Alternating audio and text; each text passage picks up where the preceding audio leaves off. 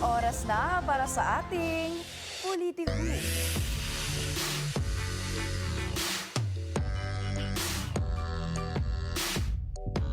Politiko, itong government official na laging nilalayasan ng kanyang staff dahil sa kanyang attitude. Ah, Ito, kasi Sino ba ang yan? usap-usapan.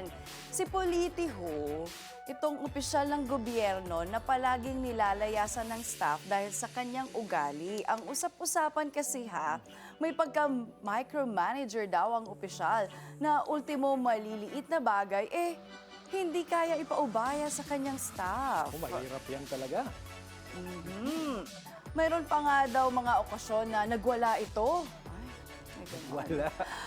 Pinagsisigawan at pinagmumura pa ang kanyang team dahil sa isang maliit na bagay lang naman.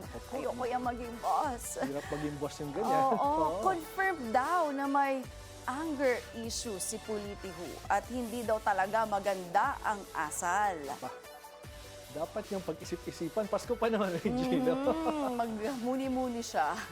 Ang masaklap kasi, staff niya nga lang yung nakakatanggap ng ganitong pag-uugali dahil grabe kung makapagbait-baitan sa harap ng ibang tao, lalo na sa kanyang mga kasamahan.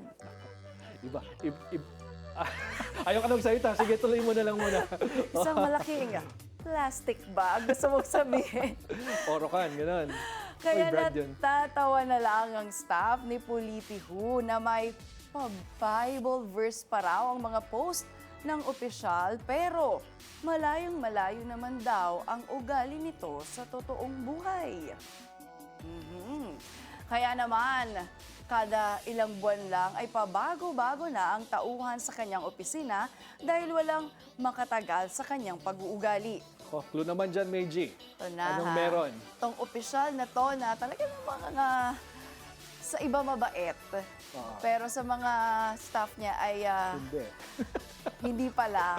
Itong opisyal na ito ay mahaba ang buhok.